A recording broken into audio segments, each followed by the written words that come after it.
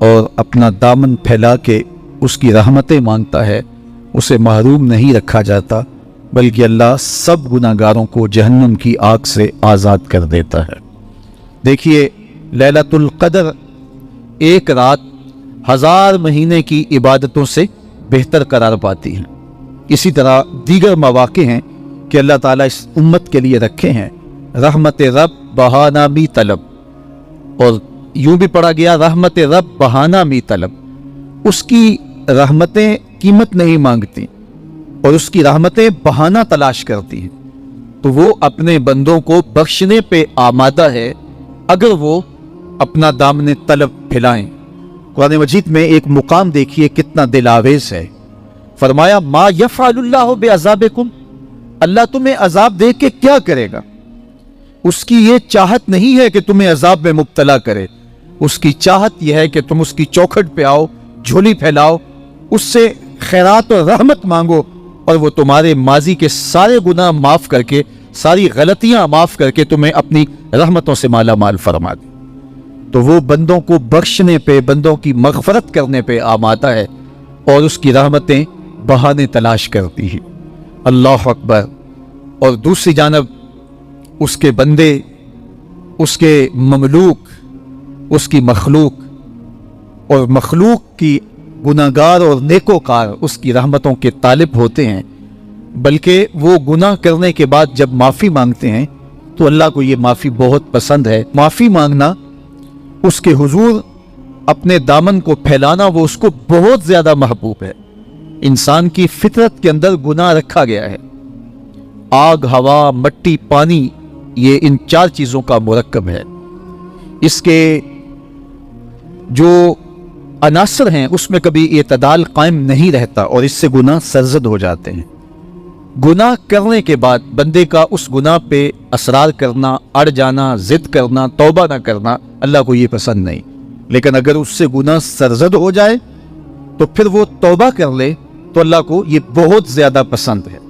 جو اس سے ہو سکے نیکی وہ اللہ کے حضور پیش کرے، لیکن اس کے اندر جو شر رکھی گئی ہے، اس کے اندر جو قوتیں گناہ کی رکھی گئی ہیں، اس سے اگر اس سے گناہ سرزد ہو جائے تو پھر وہ اللہ سے توبہ کرے، اللہ کی طرف رجوع کرے، تو اللہ اس کی توبہ کو نہ صرف قبول کرتا ہے بلکہ اس کے گناہوں کو معاف کرتا ہے اور گناہوں کو بدل کے نیکیوں میں تبدیل کر دیتا ہے۔ جب گناہ نیکیوں میں تبدیل ہو گئے تو جتنا بڑا گناہ گار تھا اتنا بڑا نیکوکار ہو گیا۔ حضرت سیدنا عمر رضی اللہ تعالیٰ عنہ بازار میں جا رہے تھے تو ایک شرابی نے ہاتھ میں بوتل پکڑی تھی شراب کی، تو حضرت عمر ہاتھ میں درہ رکھتے تھے اور آپ کا جاہ و جلال دیتنیت ہوتا، تو جو ہی حضرت عمر رضی اللہ تعالیٰ عنہ کو اس نے دیکھا تو ڈر گیا اور دل ہی دل میں کہا، اے اللہ آج عمر کے قہر سے بچا لے، میں تیری بارگاہ میں سچی توبہ کرتا ہوں، اور جلدی سے شراب کو بغل میں چھپا لیا۔ اتنے میں حضرت عمر سر پہ پہنچ گئے اور گرج کر کڑک کے کہا کہ یہ تیری بغل میں کیا ہے؟ چونکہ اس کو بوتل چھپاتے دیکھا تھا تو وہ ڈر گیا اور ڈرتے ڈرتے کہنے لگا، حضرت یہ سرکہ ہے۔ اب تھی تو شراب، لیکن ڈرتے ہوئے بولا، حضرت سرکہ ہے۔ تو حضرت عمر نے کہا، نکال۔ جب نکالا تو شراب نہیں تھی، واقعی سرکہ بن چکا تھا۔ تو جب اللہ کے حضور کوئی توبہ کرتا ہے، اللہ اس کے گناہوں کو بدل کے نیکیوں میں تبدیل کر دیتا ہے۔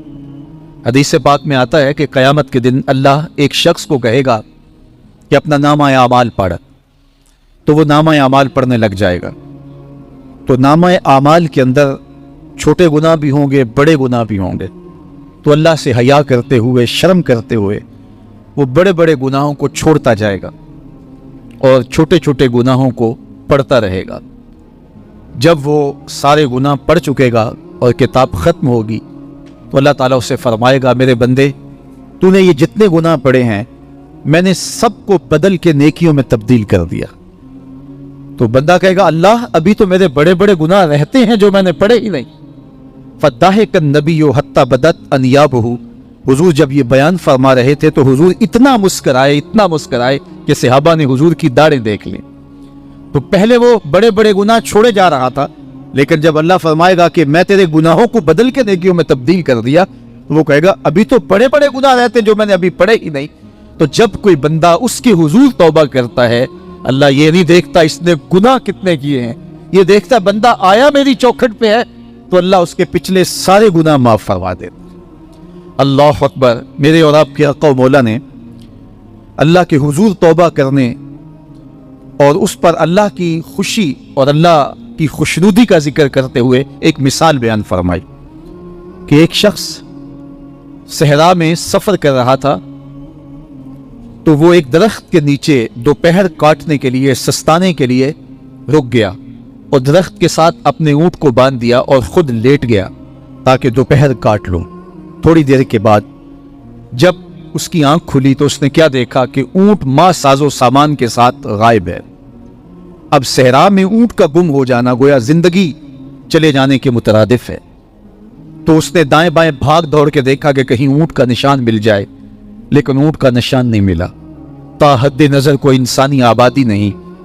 وہ بھاگا اور تھک ہار کے دوبارہ اسی درخت کے نیچے بیٹھ گیا اور پیاس سے ہلکان ہوا جا رہا تھا اور درخت کے ساتھ ٹیک لگا کے لیٹ گیا اور موت کا انتظار کرنے لگا۔ جن لوگوں نے صحرا کا سفر کیا ہے ان کو اس بات کا اندازہ ہوگا کہ کئی 100 میل تک انسانی آبادی ہی نہیں، اب نہ کچھ کھانے کے لیے بچا نہ کچھ پینے کے لیے بچا، اونٹ بھی غائب ہو گیا، توشا بھی ساتھ ہی چلا گیا، تو اب ظاہر ہے سیدھی موت ہی نظر آ رہی ہے۔ تو وہ اس درخت کے ساتھ ٹیک لگا کے بیٹھ جاتا ہے اور موت کا منتظر ہوتا ہے۔ تھوڑی دیر کے بعد پھر اس کی دوبارہ آنکھ لگ جاتی ہے۔ جب دوبارہ آنکھ لگتی ہے تو تھوڑی دیر بعد پھر آنکھ کھلتی ہے۔ جب دوبارہ آنکھ کھلتی ہے تو دیکھتا ہے کہ اونٹ جو گما تھا ماں ساز و سامان کے اس کے پاس کھڑا ہے۔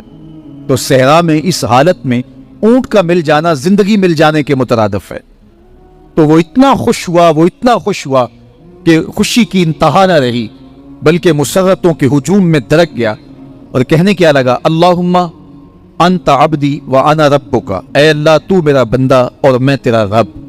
کہنا تو یہ تھا کہ تو میرا رب اور میں تیرا بندہ، لیکن مسرتوں کا ہجوم ہی اتنا تھا، خوشیوں کا ہجوم ہی اتنا تھا کہ زبان پہ قابو نہ رہا۔ کسی کے آنے سے ایسے ہوش اڑے ساقی کے، شراب سیخ پہ ڈالی اور بوتل میں کباب۔ کہنا یہ تھا اللہم انت ربی وانا عبدک، لیکن اس قدر خوش ہوا جب بھی تیری قربت کے امکان نظر آئے ہم اتنے خوش ہوئے کہ پریشان نظر آئے۔ تو کہنا یہ تھا کہ اے اللہ تو میرا رب اور میں تیرا بندہ، لیکن خوشیوں کے ہجوم میں وہ کہتا ہے اللہم انت عبدی وانا ربک، اے اللہ تو میرا بندہ اور میں تیرا رب۔ حضور یہ بات بیان کرنے کے بعد صحابہ سے پوچھتے ہیں کہ ذرا بتاؤ اس بندے کو کتنی خوشی ہوئی کہ خوشی میں زبان بھی قابو نہ رہی اور اپنے آپ پہ کنٹرول نہ رہا، اور خوشیوں کے ہجوم میں اسے یہ بھی پتہ نہیں چل رہا کہ وہ کیا بول رہا ہے۔ تو صحابہ نے عرض کی حضور بہت زیادہ اسے خوشی ہوئی۔ تو میرے حضور نے یہ بات کرنے کے بعد ارشاد فرمایا، جس طرح اس کو گما ہوا اونٹ ملا اور اس کی خوشی کی انتہا نہ رہی، تو فرمایا جب کوئی شخص توبہ کرتا ہے اور اللہ کی حضور پلٹ کے آتا ہے، گناہوں سے معافی مانگ کے اس کی دہلیز پہ آتا ہے، میرے حضور نے فرمایا اللہ اس سے بھی زیادہ خوش ہوتا ہے کہ میرا بندہ میری چوکھٹ پہ آ گیا ہے۔ تو وہ یہ چاہتا نہیں کہ میں اپنے بندوں کو عذاب دوں، وہ خود آگ میں چھلانگے لگائے تو اس کی مرضی، اگر گناہ سرزد بھی ہو گیا ہے تو کوئی بات نہیں، معافی مانگ لی جائے۔ تم نے اس کے حضور پیش ہونا ہی ہونا ہے، اس کے حضور جانے سے تم بچ نہیں پاؤ گے، چھٹکارا نہیں، رستگاری نہیں، ایک ایک عمل کا تمہیں حساب دینا ہوگا، ایک ایک حرکت اور ایک ایک سکنت تمہاری تشدس بام ہوگی، تمہارا پوشیدہ اور مخفی عمل قیامت کے دن سامنے آ جائے گا۔ اللہ اکبر، یہ قرآن ہے، یہ کوئی فرضی کہانی نہیں ہے۔ انہ لقول فصل وما هو بالہزل، فرمایا یہ قول فیصل ہے، یہ طے شدہ حقیقت ہے، یہ امر واقعی ہے، یہ کوئی مذاق نہیں ہے کہ یوں ہی کو کہانی بیان کر رہا ہے، یہ سب کچھ ہونے والا ہے، یہ اپنی آنکھوں سے تم دیکھو گے۔ آج انکار کرو یا اقرار کرو، تمہیں کھلا موقع دیا ہے، حتیٰ کہ تم کافر بن کے زندگی گزارنا چاہو، نمرود بن کے جینا چاہو، فرعون بن کے جینا چاہو، حامان بن کے جینا چاہو، ہم تجھے دنیا پہ موقع دیں گے۔ لیکن یہ نہیں ہے کہ جب زندگی کی بساط لپیٹے گی پھر کام ختم ہو جائے گا، نہیں، یہ تمہیں ہمیں فرصت دی ہے، پھر ہم نے تم سے حساب لینا ہے، ایک ایک عمل تمہارے سامنے آئے گا۔ اللہ اکبر، ذرا غور کیجئے، فآمنوا باللہ، تو بہتر ہے کہ اللہ پر ایمان لاؤ، اس کے حضور تو تم نے آنا ہی آنا ہے، بہتر نہیں ہے کہ جیتے جی آ جاؤ، پھر لوگ تجھے اٹھا کے لائیں گے، اچھا نہیں ہے کہ اپنے قدموں سے چل کے آ جاؤ۔ کی آنکھ سن لوگ یعقوب تینوں جدوں ٹر پہ سر منہ کج کے تو، پھر جو کفن کی تنیوں میں لپیٹ کر کے تجھے لے کر کے جایا جائے گا، تو اچھا نہیں ہے کہ اپنے قدموں سے خود چل کے مالک کی دہلیز پہ چلے جاؤ۔ ایک حدیث میں آتا ہے کہ اللہ بندے کو اپنے سامنے سے ہٹنے نہیں دے گا جب تک اس سے 4 سوال نہیں کر لے گا۔ آپ دیکھیے، میں دیکھوں کیا ہم ان سوالوں کے جواب دینے کے لیے اپنے آپ کو تیار کر رہے ہیں۔ پہلی چیز، اللہ پوچھے گا عمر کہاں گزاری۔ دوسرا سوال، اللہ تعالیٰ علم کے بارے میں پوچھے گا، جو پڑھا تھا بتا عمل کہاں تک کیا۔ خلوت جلوت زندگی شام و سحر تیرے اس سیکھے ہوئے علم کی مطابقت میں تھے یا علم عزت دولت کمانے کے لیے پڑھا تھا۔ تیسری بات، اللہ پوچھے گا مال کمایا کیسے، اور مجھے بتا مال خرچ کہاں کیا۔ آج لوگ نیب سے ڈرتے ہیں کہ ہم سے پوچھ نہ لیا جائے کہ یہ آیا کہاں سے، منی ٹریل پیش کرو، یہاں ہم بچ جائیں گے۔ کوئی مکر، کوئی دھندا، کوئی فریب چل جائے گا، کوئی پریشر، کوئی افرادی قوت، کوئی سیاسی اثر و رسوخ، کوئی رشوت، کوئی سفارش، کچھ نہ کچھ تو راستہ نکل ہی آئے گا۔ اور آج کی دنیا میں صرف یہی پوچھا جاتا ہے کمایا کہاں سے، یہ نہیں پوچھا جاتا خرچ کہاں کیا۔ جیسے چاہو خرچ کرو، لیکن وہاں سوال ہوگا وَفِيمَا أَنفَقَهُ، خرچ کہاں کیا، یہ سوال بھی کیا جائے گا۔ وَعَنْ جِسْمِهِ فِيمَا أَبْلَاهُ، اور جسم کے بارے میں پوچھا جائے گا، اس جسم کو دی ہوئی توانائیوں کو خرچ کہاں کیا۔ بعض روایت میں عن شبابه فیما ابلاہ، جوانی کے بارے میں پوچھا جائے گا، تیری جوانی کے خوبصورت دن کہاں گزرے، مجنو بن کے چوکوں میں کھڑا تو نہیں رہا، پارکوں کے گرد پروانوں کی طرح گھومتا تو نہیں رہا، تیری نظر بدکاریاں تو نہیں کرتی رہی، اپنی خواہشات کا غلام بن کے زندگی تو نہیں گزاری، تیری ساری رات 4 انچ کی سکرین کے اوپر بدکاریاں کرتے بسر تو نہیں ہوئی۔ پوچھا جائے گا بتا جوانی کہاں گزری، جوانی مستانی ہے یہ کہہ کر کے تو نے ہر ضابطے سے چھٹی تو نہیں کر لی تھی، یا جوانی کے تقدس کو تو نے محفوظ کیا اور راتوں کی تنہائیوں میں اللہ کے حضور سجدہ ریزی کرتا رہا۔ میرے اور آپ کے آقا و مولا نے فرمایا جو جوان جوانی میں توبہ کرے وہ اللہ کو محبوب ہے۔ اللہ اکبر۔ اور اللہ جن 7 لوگوں پر اپنے عرش کا سایہ کرے گا ان میں سے ایک شخص کا ذکر کرتے ہوئے فرمایا وَشَابٌ نَشَأَ فِي عِبَادَةِ اللَّهِ، وہ جوان جس کی جوانی اللہ کی عبادت میں گزری، قیامت کے دن جب کوئی سایہ نہیں ہوگا اللہ اسے اپنے عرش کا ٹھنڈا سایہ عطا فرمائے گا۔ میرے مخاطبین جو اس وقت میرے سامنے موجود ہے بالمشافہ، اور پوری دنیا کے اندر جو اس وقت مجھے دیکھ رہے ہیں، ان میں زیادہ تر تعداد نوجوانوں کی ہے، تو میں آپ سب سے مخاطب ہوں اور آپ کو کہتا ہوں کہ یہ جوانی دوبارہ نہیں ملنی۔ بندہ کہتا ہے بڑھاپا آئے گا دیکھ لیں گے، جس طرح ہر چیز کا سرور جوانی میں ہوتا ہے، ہر چیز کا لطف بندہ کہتا ہے جوانی میں ہے، سجدوں کا جو لطف جوانی میں ہے وہ کسی اور زمانے میں نہیں ہے۔ اپنی پیشانی کو سجدوں سے آشنا کرو، اپنی جوانی کو مثل سحر بے داغ رکھنا، اپنے شباب کو الجھنے نہ دینا، اپنے شباب کے تقدس کو پامال نہ ہونے دینا۔ اس کائنات کا بہترین چہرہ وہی ہے جو جنسی کالک سے محفوظ ہے، اپنے تقدس کو مجروح نہ ہونے دینا۔ تمہاری زندگی شبنم سے پاکیزہ تر رہے، سحر سے پاکیزہ تر رہے، تمہاری جوانی اتنی خوبصورت ہو کہ محمد عربی کو رشک آئے تمہاری جوانی پر۔ اپنی جوانی کو آوارگی میں بسر نہ کرنا، اپنی اس جوانی کو دین کے لیے وقف کرنا، سحری کے سجدوں میں آنسو بہا کر کے جوانی کا لطف کشید کرنا۔ جوانی کا لطف اور مزہ رب کے ساتھ محبت اور رب کے ساتھ عشق کرنے میں ہے۔